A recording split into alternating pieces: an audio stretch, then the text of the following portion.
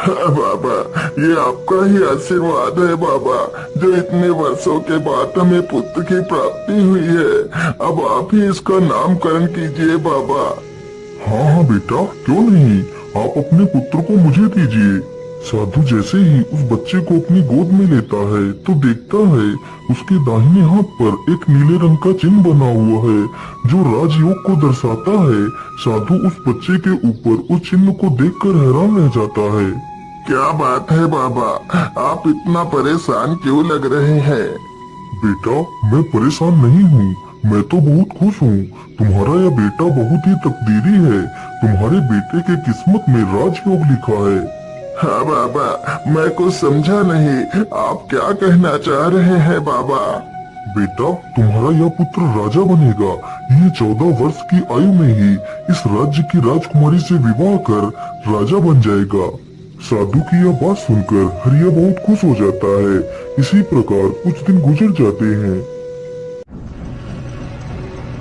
और तेज, शिकार बस कुछ ही दूर पर है। राजा हिरन के पीछे भागते भागते काफी दूर निकल जाता है, लेकिन हिरन राजा के हाथ नहीं लगता।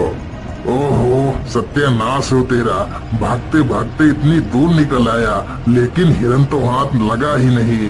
और प्यास भी इतनी जोर की लगी है। आसपास तो कोई नदी और तालाब भी नहीं है। मुझे लगता है इस ओर कोई गांव नजदीक ही पड़ेगा। चलो इस ओर ही चलता हूँ।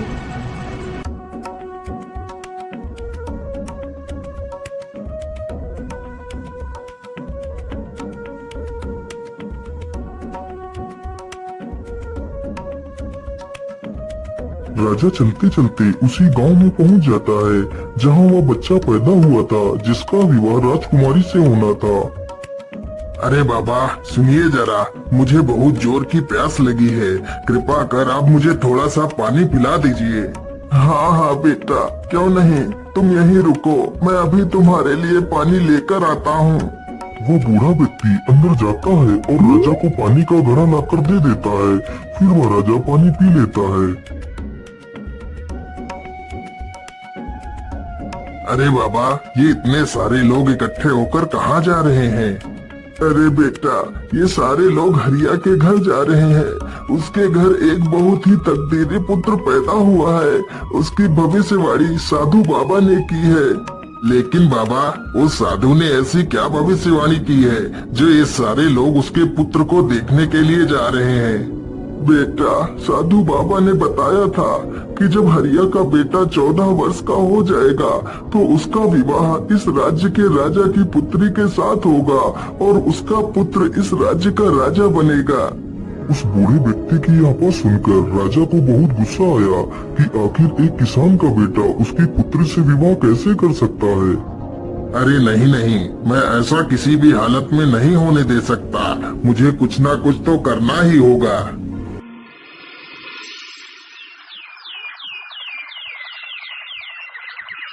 राजा अगले ही दिन अपना वेश बदलता है और उसी गांव में पहुंच जाता है। अरे भाई, ये हरिया किसान का घर कहाँ पर है? अरे भाई, सीधे चले जाओ और गांव के आखिर में जो घर मिलेगा वही हरिया किसान का घर है। इतना सुनकर राजा हरिया के घर पहुंच जाता है। अरे ओ हरिया भाई, जरा घर से बाहर आओ, मैं तुमसे मिलने आया हूँ। हाँ भाई, बोलिए, आप कौन है और आप हमसे क्यों मिलना चाहते हैं? हरिया भाई, मैं सेठ करोड़ी मल हूँ। मैं हरिपुरा गांव में रहता हूँ। मैंने सुना है आपका पुत्र बहुत किस्मत वाला है, उसके किस्मत में राजयोग है। हाँ सेठ जी, आपने बिल्कुल ठीक ही सुना है। हरिया भाई, मैं तुमसे कुछ कहना चाहता हूँ। हाँ हाँ, बोलिए बोलिए सेठ जी, आप हमसे क्या कहना चाहते हैं? अरे भाई, आप अपना बच्चा मुझे दे दो, मैं इसके बदले तुम्हें ढेर सारा धन दूंगा। तुम्हारे बच्चे का पालन पोषण मैं करूंगा। लेकिन सेठ जी, मैं अपना बच्चा आपको नहीं दे सकती। अरे हरिया भाई, जरा सोच लो, मैं इसे यहाँ लेने आया हूँ। इसमें ईश्वर की ही मर्जी है कि आपके बच्चे का पालन पोषण एक अच्छी जगह पर हो। तुम सोचो, तुम एक मामूली से किसान हो, तुम इसका पालन पोषण ठीक ढंग से नहीं कर सकते। हाँ हाँ भाग्यवान, सेठ जी एकदम ठीक कहते हैं। हम इस बच्चे का पालन पोषण नहीं कर सकते। हो सकता है इसमें ईश्वर की ही मर्जी हो कि इसका पालन पोषण एक अच्छी जगह हो। ठीक है सेठ जी, मैं अपना बच्चा आपको दे दूंगी, लेकिन जब मेरा बच्चा 14 वर्ष का हो जाएगा तो तुम मेरे बच्चे को वापस कर देना। हाँ हाँ ठीक है, 14 वर्ष के बाद मैं तुम्हारा बच्चा तुम्हें वापस कर दूंगा। इतना तय कर वह राजा बच्चे को ले लेता है और वहाँ से चला जाता है।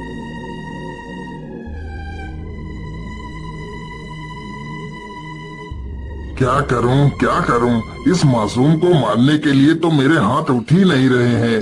मैं ऐसा करता हूं, इसे एक लकड़ी के संदूक में बंद कर देता हूं और इसे नदी में बहा देता हूं, या इसी नदी में डूबकर मर जाएगा। इतना सोचकर राजा उसे एक लकड़ी के संदूक में बंद कर देता है और उसे नदी में बहा देता है।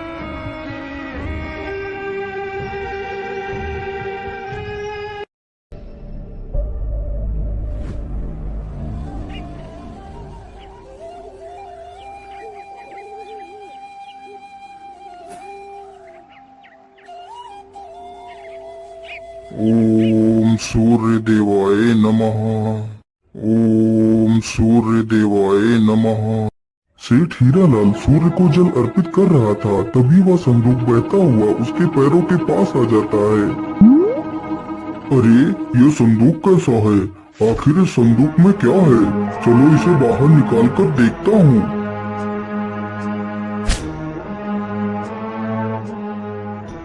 अरे ये क्या? इसमें तो एक बच्चा है, लेकिन यह बच्चा तो कितना सुंदर है। हे प्रभु, लगता है आपने मेरी सुन ली। मेरी पत्नी कब से पुत्र की कामना कर रही थी और आज आपने उसे भी पूरा कर दिया। सेठ जल्दी से उस बच्चे को उठाकर अपने घर ले जाता है और अपनी पत्नी को सारी कहानी सुनाता है। हे प्रभु, आपका बहुत बहुत धन्यवाद, जो आपने मेरी इस इच्छा को भी पूरा कर दिया। इसी प्रकार धीरे धीरे 14 वर्ष गुजर जाते हैं। सेठ ने उस लड़के का नाम सूरज रखा। सूरज अब पूरे 14 वर्ष का हो चुका था। वाह सूरज वाह, तुम तो कितने बुद्धिमान हो। सूरज की प्रशंसा गुरुजी कर रहे थे, तभी वहाँ से वही राजा गुजरता है जो किसी दूसरे राज्य में किसी जरूरी कार्य के लिए जा रहा था। अरे इतना सुंदर युवक मैंने आज तक नहीं देखा। आखिर यह किसका पुत्र है? वाह वाह, तुम तो वाकई में कितने बुद्धिमान हो। लेकिन तुम किसके पुत्र हो बेटा? मैं सेठ हीरालाल का पुत्र हूँ। अच्छा, ठीक है बेटा, जाओ जाओ, तुम अपना काम करो। इतना पूछकर राजा सेठ हरिदयाल के घर जाता है।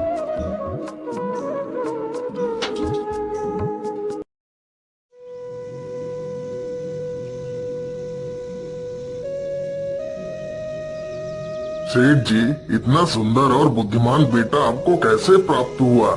महाराज, वह मेरा बेटा नहीं है। मैंने तो सिर्फ उसका पालन पोषण किया है।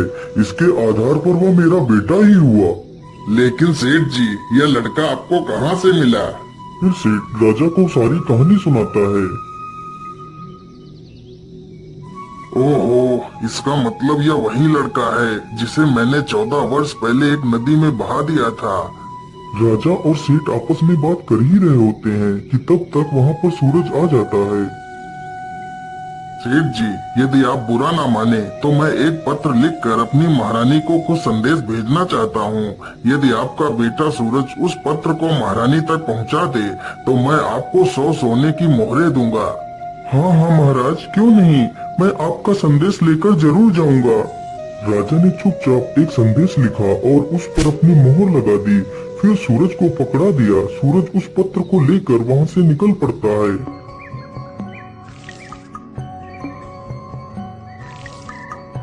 सूरज चलते चलते एक घने जंगल से गुजरता है तो वह अपना रास्ता भटक जाता है। अरे ये क्या, मैं चलते चलते इतना थक गया हूँ, लेकिन यह जंगल तो खत्म होने का नाम ही नहीं ले रहा है। कहीं मैं रास्ता तो नहीं भटक गया? अब तो जल्दी ही शाम भी होने वाली है। क्या करूं, किधर जाऊं? फिर सूरज आगे बढ़ता है। उसे चलते चलते जंगल में रात हो जाती है।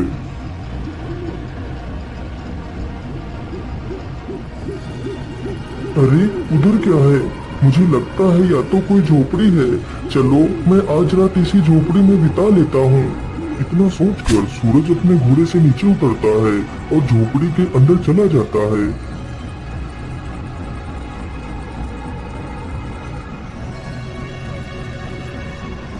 अरे अरे, कौन हो तुम और तुम अंदर कहाँ घुसते चले आ रही हो? माता जी मुझे माफ करिएगा जो मैं आपकी बिना इजाजत के अंदर चला आया। फिर सूरज उस बूढ़ी महिला को सारी कहानी बताता है। सूरज की ये सारी बातें सुनकर उस बूढ़ी महिला को सूरज पर दया आ जाती है। लेकिन बेटा, तुम्हारा यहाँ पर रुकना ठीक नहीं होगा। यह स्थान डाकुओं का अड्डा है। अभी कुछ ही देर में डाकू आने वाले हैं। यदि उन लोगों ने तुम्हें यहाँ पर देख लिया तो समस्या आ जाएगी। लेकिन माता जी इतनी रात्रि में तो मैं कहीं और भी नहीं जा सकता। यदि बाहर जंगल में गया तो मुझे जंगली जानवर खा जाएंगे। इससे अच्छा है मैं यहीं पर एक कोने में ही सो जाता हूँ माता। इतना कहकर सूरज एक कोने में जाकर लेट जाता है और सो जाता है। कुछ ही देर बाद डाकू अपने घर वापस आ जाते हैं।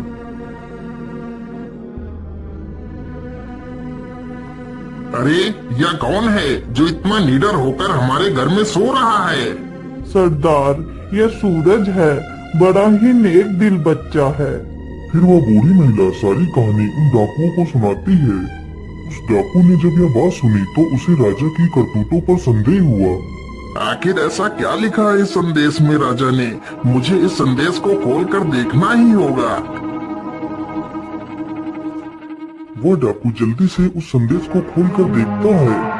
ये लड़का जैसे ही यह पत्र लेकर तुम्हारे पास पहुँचे तो इसे मरवा कर वहीं दूर कहीं दफना देना। ये कार्य मेरे आने से पहले हो जाना चाहिए। अरे राम राम राम, यह राजा तो कितना दुष्ट है। जिसके द्वारा चिट्ठी भिजवा रहा है उसी को मरवाने का आदेश भी दे रहा है। अरे नहीं नहीं, मुझे तो कुछ करना ही होगा। मुझे इस मासूम को बचाना ही होगा। इतना कहकर वह डाकू एक दूसरी चिट्ठी लिखकर उसकी चिट्ठी से बदल देता है। सुबह होने से पहले वह सारे डाकू वहां से चले जाते हैं।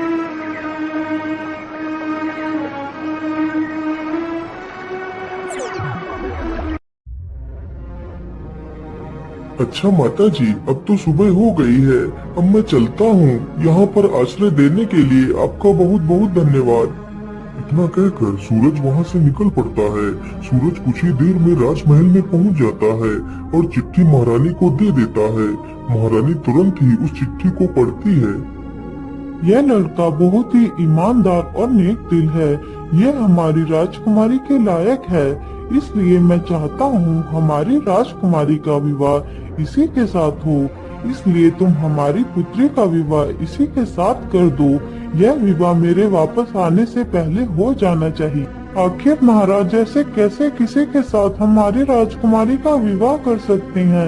लेकिन इस चिट्ठी पर तो महाराज की मोहर भी लगी है। इसका मतलब यह युवक सत्य कह रहा है। इतना सोचकर महारानी ने अपनी पुत्री का विवाह सूरज के साथ कर दिया। कुछ दिनों बाद जब राजा वापस लौट कर आया तो उसे पता चला कि उसकी पुत्री का विवाह उसी युवक के साथ हो गया है। यह सुनकर राजा गुस्से से आग बबूला हो गया।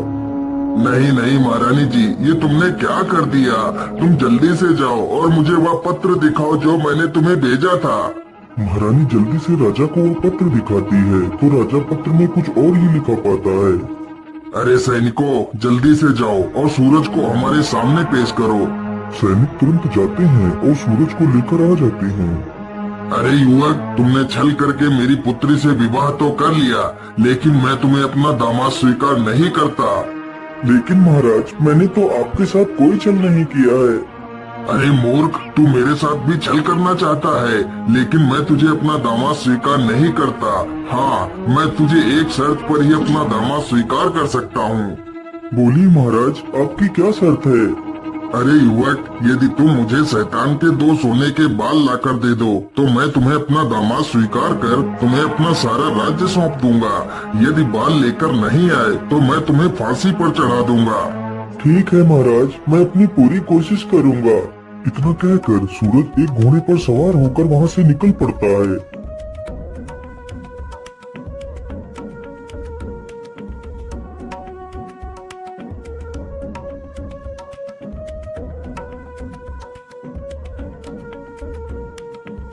वह चलते चलते एक दूसरे राज्य में पहुंचता है तो उसे वहीं पर रात हो जाती है।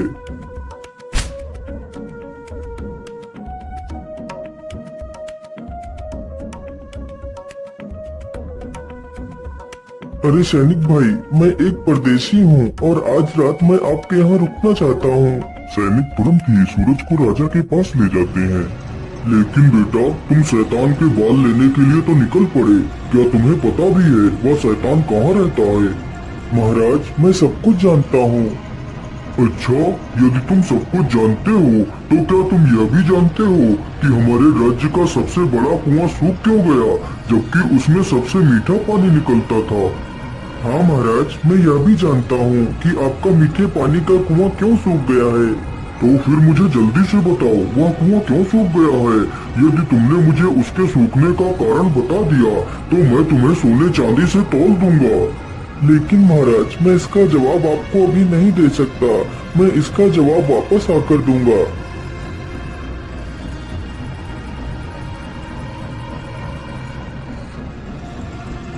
अगली सुबह सूरज वहाँ से आगे के लिए निकल पड़ता है।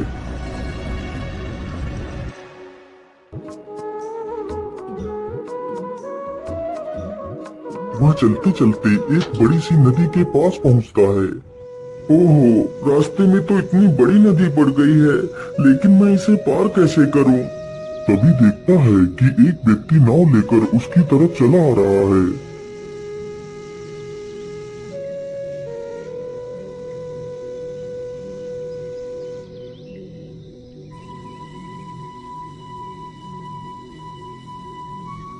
अरे भाई, कृपा कर आप मुझे नदी के उस पार छोड़ दीजिए। हाँ हाँ, क्यों नहीं, मैं आपको नदी के उस पार छोड़ दूंगा, लेकिन उससे पहले तुम्हें मेरे एक सवाल का जवाब देना होगा। ठीक है भैया, पूछिए, तुम क्या पूछना चाहते हो? मेरा सवाल ये है कि मुझे इस काम से स्वतंत्रता कब मिलेगी? अरे भाई, मैं तुम्हें वचन देता हूँ कि तुम्हारे इस सवाल का जवाब मैं जरूर दूंगा, लेकिन अभी नहीं। तुम्हें मेरे वापस आने तक इंतजार करना होगा। इतना सुनकर वह नाविक सूरज को नाव पर बिठा लेता है और उसे नदी पार करा देता है। वह जल्दी से नाव से नीचे उतरता है और वहाँ से चला जाता है।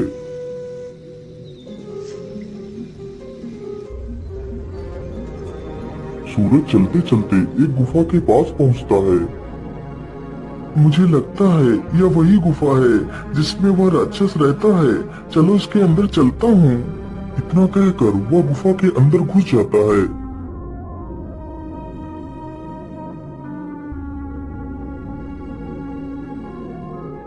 अरे, कौन हो तुम और तुम इस गुफा में क्या लेने आए हो? माता जी, मेरा नाम सूरज है। मैं बहुत परेशानी में हूँ, मेरी सहायता कीजिए माता। फिर वह अपनी सारी कहानी उस राक्षसनी से बताता है। वह राक्षसनी उस शैतान की माँ थी जिसके 2 सोने के बाल सूरज लेने के लिए उस गुफा में गया था। माता जी, यदि मैं 2 सोने के बाल लेकर नहीं गया तो राजा मुझे सूली पर चढ़ा देगा। उसकी ये सारी बातें सुनकर उस राक्षसी को उस पर दया आ जाती है। ठीक है बेटा, मैं तुम्हें उस शैतान के 2 बाल दे दूंगी। माता जी, यदि आप बुरा ना माने तो मैं आपसे 2 सवालों के जवाब जानना चाहता हूँ। ठीक है बेटा, पूछो तुम मुझसे क्या पूछना चाहते हो। फिर सूरज वही दोनों सवाल पूछता है कि वह कुआं क्यों सूखा और उस नाविक को स्वतंत्रता कब मिलेगी। बेटा, इन सवालों के जवाब तो मैं भी नहीं दे सकती। इनके जवाब तुम्हें मेरा बेटा ही दे सकता है। तुम ऐसा करो, मैं तुम्हें एक चींटी बना देती हूँ और तुम यहीं कहीं पर छिप जाना। यदि मेरे बेटे ने तुम्हें देख लिया तो वह तुम्हें नुकसान भी पहुंचा सकता है। इतना कहकर वह बूढ़ी डायन उसे एक चींटी बना देती है। वह चींटी चुपचाप जाकर एक स्थान पर छिप जाती है। तभी कुछ ही देर में वह राक्षस भी आ जाता है। मनुष्य की दुर्गंध। अरे, ये मनुष्य कहाँ है? कहाँ है वह मनुष्य? अरे बेटा, तुम किस मनुष्य की बात कर रहे हो? यहाँ पर तो कोई भी मनुष्य नहीं है। लेकिन माँ, मुझे तो यहाँ पर बहुत जोर जोर से किसी मनुष्य की दुर्गंध आ रही है। अरे बेटा, यहाँ पर कोई भी नहीं है। तुम मेरा विश्वास क्यों नहीं कर रहे हो? अच्छा ठीक है माँ, मैं आज बहुत थक गया हूँ, अब तो मैं सोने के लिए जा रहा हूँ। हाँ हाँ बेटा, थक तो आज मैं भी बहुत गई हूँ। चलो मैं भी थोड़ा सा सो लेती। इतना कहकर दोनों आराम करने लगते हैं। कुछ ही देर में राक्षस गहरी नींद में सो जाता है। मुझे लगता है अब ये गहरी नींद में सो गया है। अब यही अच्छा मौका है बाल उखाड़ने का। वह डायन जल्दी से शैतान का एक बाल उखाड़ लेती है। अरे माँ, ये तू क्या कर रही है? तू मेरे बाल क्यों उखाड़ रही है? अरे बेटा, मैं बहुत डर गई थी। मैंने बड़ा ही बुरा सपना देख लिया था। ओहो माँ, तूने ऐसा क्या सपना देख लिया जो तू इतना डर गई है? मैंने देखा कि उम्बल राज्य का एक कुआं जिसमें कुछ साल पहले बहुत मीठा पानी निकलता था, अब वही कुआं पूरी तरह से सूख गया है। आखिर ऐसा कैसे हो सकता है? अरे माँ, तो इसमें इतना परेशान होने की क्या जरूरत है? वह कुआं इसलिए सूखा है क्योंकि उसमें एक बड़ा सा पत्थर पड़ा है और उस पत्थर के नीचे एक बड़ा सा मेढक है। यदि उस मेढक को बाहर निकाल दिया जाए तो वह कुआं फिर से मीठे पानी से भर जाएगा। इतना कहकर वह शैतान फिर से सो जाता है। जब वह शैतान फिर से गहरी निद्रा में चला जाता है तो वह डायन फिर से उसका एक बाल उखाड़ लेती है। ओए होए माँ, तूने तो मुझे मार ही डाला। अब तुझे क्या हुआ? अब तूने कौन सा सपना देख लिया? अब तो मैंने और भी बुरा सपना देखा। मैंने देखा कि झुंझुन नदी पर जो नाविक नाव चलाता है वह मुझसे पूछ रहा है कि मुझे मेरे इस कार्य से कब आजादी मिलेगी। अरे माँ, वह नाविक मूर्ख है। यदि वह अपना चप्पू किसी दूसरे आदमी के हाथ में थमा दे तो उसे इस कार्य से छुटकारा मिल जाएगा। लेकिन माँ, अब तू कोई दूसरा सपना मत देखना। इतना कहकर वह राक्षस फिर से सो जाता है। फिर वह डायन सूरज को वापस इंसान बना देती है। बेटा, ये लो वो सोने के बाल और तुम जल्दी से यहाँ से भाग जाओ। सूरज डायन का धन्यवाद करता है और वहाँ से चला जाता है।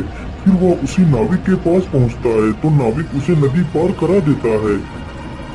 मेरे भाई, जिस दिन कोई व्यक्ति तुम्हारे इस चप्पू को खुद अपने हाथों में ले लेगा उसी दिन तुम इस कार्य से स्वतंत्र हो जाओगे। इतना कहकर सूरज अपने घोड़े पर बैठता है और वहाँ से निकल पड़ता है। सूरज चलते चलते कुछ ही देर में अंबर राज्य में पहुंच जाता है जहां उसे अपने दूसरे सवाल का जवाब देना था। महाराज, आपका कुआं फिर से मीठे पानी से भर सकता है। तो फिर जल्दी बताओ युवक, हम अपने कुएं को कैसे ठीक कर सकते हैं? महाराज, आपके कुएं में एक बड़ा सा पत्थर पड़ा है और उसी पत्थर के नीचे एक बड़ा सा मेढक है। यदि उस मेढक को बाहर निकाल दिया जाए तो कुएं में पानी फिर से भर सकता है। राजा ने ऐसा ही किया। उसने उस बड़े मेढक को उस कुएं से बाहर निकलवा दिया। वाह सूरज वाह, तुम तो बहुत बुद्धिमान हो। मैं तुमसे बहुत प्रसन्न हुआ। आज यह कुआं फिर से मीठे पानी से भर गया, इसलिए मैं तुम्हें 1 कुंटल सोना इनाम में देता हूँ। फिर वह उस सोने को अपने घोड़े पर लादता है और राजमहल की तरफ निकल पड़ता है। वह जल्दी ही राजमहल पहुंच जाता है।